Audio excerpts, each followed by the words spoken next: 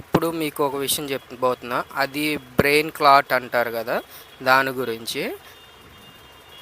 నా లైఫ్‌లో జరిగిన రెండో సిట్యుయేషను. అది ఏంటంటే, ఆ బ్రెయిన్ క్లాట్‌కొచ్చే సింటమ్స్ ఫస్ట్ నుంచి చెప్తాను. ఫస్ట్ వచ్చేసరికల్లా హెడేక్ ఫుల్లుగా వస్తది. మంచం మీద నుండి దబేలని పడిపోతారు. మూడో సింటమ్స్ వచ్చేసరికల్లా బాడీ మొత్తం ర్యాషెస్ టైప్ లాగా వచ్చేసిద్ది. కళ్ళు మొత్తం మసక మసక చీకట్లో ఉన్నట్టు ఉండిద్ది. నడుస్తూ ఉంటే పడిపోతున్నట్టు ఉండిద్ది. ఇవన్నీ నాకు జరిగినాయి. నేను అనుకున్నా ఏం కాదులే, నార్మల్గా అయ్యి ఉండిద్ది, ఏదో ఒకటి బ్లడ్లో ఇన్ఫెక్షన్ అయ్యి ఉండిద్దిలే అనుకొని నేను పట్టించుకోవడం మానేసా. ఎందుకంటే బ్రెయిన్ క్లాట్ అనేది పెరాసిస్ అనేది పెద్ద పెద్ద 50 ఏళ్ళు 60 ఏళ్ళు 40 ఏళ్ళు ఆ టైంలో వచ్చింది. నాలాంటి ఏజ్ వాళ్ళకి రాదేమో అనుకొని నేను అనుకున్నా. సరే అని చెప్పేసి నేను సరే ఇంక పట్టించుకుని అలాగే కాసేపు నిద్రపోవడం తగ్గిపోవడం అలా జరుగుతుంది. నేను నార్మల్ ఏమో అనుకున్నా. కానీ ఇంకో సింటమ్స్, వెరీ ఇంపార్టెంట్ సింటమ్స్ ఏంటంటే, మీరు నిద్రపోయి లేకంగానే ఊపిరాగినట్టు పరిగెత్తుకుంటూ లేస్తే గ్యారెంటీ బ్రెయిన్ క్లాట్ ఉన్నట్టు లెక్కే. అది నెక్స్ట్ వచ్చేసరికల్లా నేను హోటల్లో మేనేజర్కి చేసేవాడిని. అందుట్లో పక్కన సమగ్ర హాస్పిటల్ ఒకటి ఉండేది. అందుట్లో వాళ్ళ డాడీ ఒక ఆయన వచ్చి ఐసీయూలో ఉన్నారన్నమాట. వాళ్ళు ఐసీయూలో ఉంటే వాళ్ళకి ఐసీయూ ఉన్న వాళ్ళకి రూమ్ ఎవరు మా హోటల్లో దిగారు.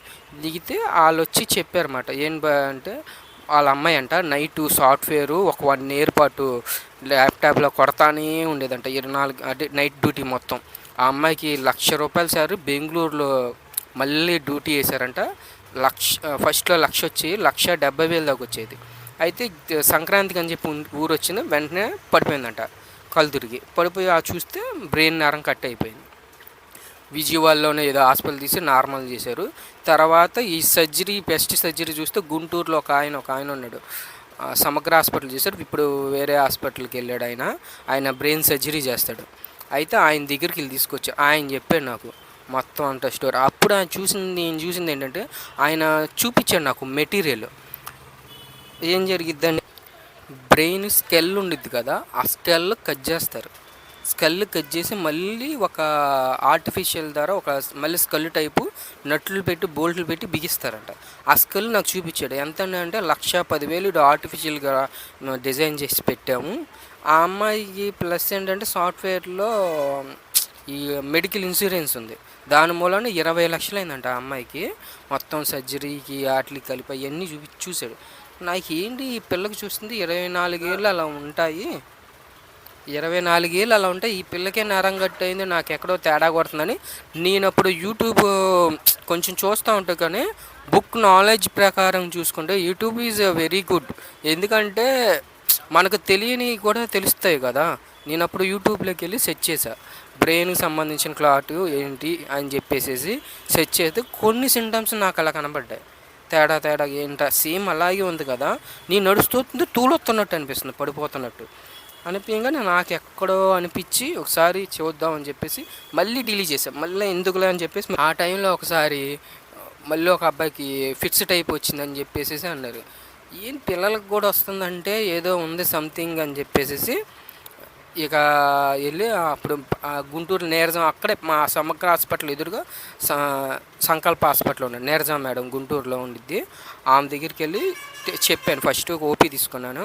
ఏంటి బాబు అంటే ఇలాగా కళ్ళు తిరుగుతాయండి, తూలొచ్చి పడిపోతున్నట్టు ఉంది, అది ఇది అంటే ఎంఆర్ఐ రాసింది. నేను ఎంఆర్ఐ అయితే ఏముందలే అని చెప్పి అప్పుడు ఆ డ్రైవర్ నాకు తెలుసు. ఎందుకంటే ఆ హోటల్ మేడం డ్రైవర్ మా ఆఫీస్ దగ్గరికి వచ్చి కూర్చుంటూ ఉంటారన్నమాట. ఆమె అప్పుడు డ్యూటీ చేసుకుంటూ ఉండేది. ఆయన వచ్చి మా ఆఫీస్లోకి వచ్చి నేను కాసేపు సరదాగా మాట్లాడుకుంటూ ఉంటామన్నమాట. ఆ టైంలో వచ్చినప్పుడు చూపి అన్న ఇలాగ ఎంఆర్ఐ చూపమని ఆయన తీసుకెళ్ళాను. నన్ను తీసుకెళ్ళి ఆయన ఏముండదు అన్నాడు, ఒక 10 నిమిషాలు తమ్ముడు ఏముండదు అన్నాడు. వెళ్ళి ఆ 10 నిమిషాలు చూస్తే అసలు మామూలు నరకం కాదు. సౌండ్ సీక్వెన్స్ పెంచేసి అసలు బ్రెయిన్ బ్లాస్ట్ అయినట్టు అనిపించింది. అసలు అంత భయంకరంగా ఉండేది. అది చూపిస్తే ఒక నరం బ్లాక్ అయిపోయింది అని చెప్పేసి ఆమె చెప్పింది. ట్యాబ్లెట్లు వాడు బాబు అని చెప్పేసి ట్యాబ్లెట్లు అయ్యి రాసింది. అవి ఒక 3 నెలలు వాడాను. 4 ఇప్పటికి వాడుతూనే ఉన్నా. అవి తగ్గట్లేదు అనమాట. వాటిలో ట్యాబ్లెట్లు ఏంటంటే ఎకోస్పిన్ 150/20, బ్రాడ్వెల్ 70/50. ఆ 2 ట్యాబ్లెట్లు ఇప్పటికీ వేసుకుంటానే ఉంటున్నా. ఇప్పటికి ఏంటంటే అప్పుడు మీద బెటరు, బాగా స్లీప్ వస్తుంది. నేను ఒక వారం రోజులు తగ్గిందా లేదా టెస్ట్ చేసి ట్యాబ్లెట్లు ఆపేస్తా. తర్వాత మళ్ళీ తేడా కనిపించిందంటే మళ్ళీ ట్యాబ్లెట్లు వేసుకుంటా. ఎందుకంటే నాకు ఎంఆర్ఐ చేయించుకోవాలంటే భయం వేస్తుంది. అది మామూలు భయం. స్లీపింగ్ ట్యాబ్లెట్ వేసుకుందామంటే స్లీపింగ్ ట్యాబ్లెట్ వేసుకొని పనుకుంటే వెళ్ళిపోతుంది. కానీ ఆ స్లీప్ చేసేటప్పుడు అదొక రకంగా ఉండిద్దేమో అని నేను అసలు రెండవసారి ఎంఆర్ఐ చేయించుకుంటే భయంకరమైన భయం వేస్తుంది అసలు. అదొక రకంగా ఏంటంటే ఫస్ట్గానే ఎంఆర్ఐ చేయించుకుంటే పారాసిస్ రాకుండా జాగ్రత్త పడవచ్చు. కానీ కొన్ని సిమ్టమ్స్ మాత్రం మీకు ఇలాగే అనిపిస్తే, సిమ్టమ్స్ వచ్చేసరికల్లా మీకు కళ్ళు మసక అనిపించిద్ది, ఊపిరి ఆగిపోయినట్టు ఉండేది. అంటే నిద్రపోయారంటే మీకు సడన్గా మీకు ఊపిరి ఆగిపోయి ఏదో రకంగా ఉంటే అప్పుడు మళ్ళీ ఒక నిమిషం అబ్బో అనిపించిందంటే గ్యారంటీ ఉన్నట్లు లెక్క ఇది బ్రెయిన్లో క్లాట్. కాబట్టి కొంచెం ఇలాంటి సింటమ్స్ మీకు ఏమైనా అనిపిస్తే వెళ్ళి ఎంఆర్ఐ స్కాన్ చేయించుకోండి.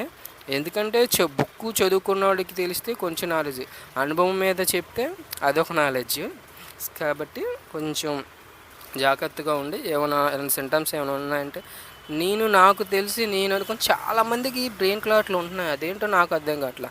కానీ ఫిజిషియన్ బట్టి నాకు ఆ పాత రోజుల్లో అసలు ఇప్పుడు 60 ఏళ్ళకో 70 ఏళ్ళకో వచ్చే పారాసిస్ ముందుగానే ఎందుకు వస్తుందంటే ఆక్సిజన్స్ లెవెల్స్ తగ్గి. ఇప్పటికి నేను విక్స్ మేట్ అని చెప్పి వాడతా. ఒక గాలి దిగిందంటే విక్స్తో స్మెల్ తీస్తే నార్మల్ అవుతుంది. అది విక్స్ చూపించట్లేదు అనుకో, తీసుకోవట్లేదు అనుకో, మళ్ళీ కళ్ళు తిరిగి పడిపోతున్నట్టు అనిపిస్తుంది.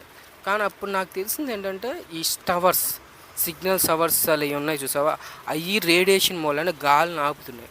ఆ గాలిని ఆపేలోకి మనిషికి ఆక్సిజన్ అందట్లేదు అసలు. అప్పట్లో ఇంత రేడియేషన్ లేదు, అది లేదు కాబట్టి మనుషులకి బిల్డింగ్స్ కూడా లేవు, గాలిని ఆపేవి కాదు. ఆ గాలి మనిషి మీదకి వచ్చేవి, తగిలే ఊపిరితో కొంచెం బాగా అనిపించేది. బ్రెయిన్ క్లాట్ ఈజ్ ఇది శ్వాస అందకపోతే గ్యారెంటీ మంచి 5 నిమిషాలు పోతాడు. ఆక్సిజన్స్ లెవెల్స్ అనేది తగ్గిపోతుంది. నేను పట్టణాల్లో ఉందాం, ఎంజాయ్ చేద్దాం, ఫుల్గా ఉందాం, సూపర్ ఉందాం, బాబులకి వెళ్దాం, తిరుగుదాం అనుకుంటారు కంపల్సరీగా.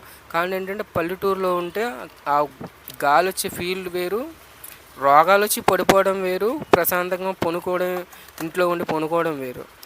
కోట్లు లక్షలు సంపాదించవచ్చు, కానీ రోగంలో ప్రశాంతంగా 4 ముద్దలు తిని, అన్నం తిని, టిఫిన్ చేసి ఒక ప్రశాంతంగా పనుకుంటే అదే లైఫ్. అలా ఎంజాయ్ చేసేది నాకు తెలిసి లైఫ్ అని మేము అనుకోవట్లేదు. నాకు ఇప్పటికీ ప్రాబ్లం అనిపిస్తూనే ఉంటుంది.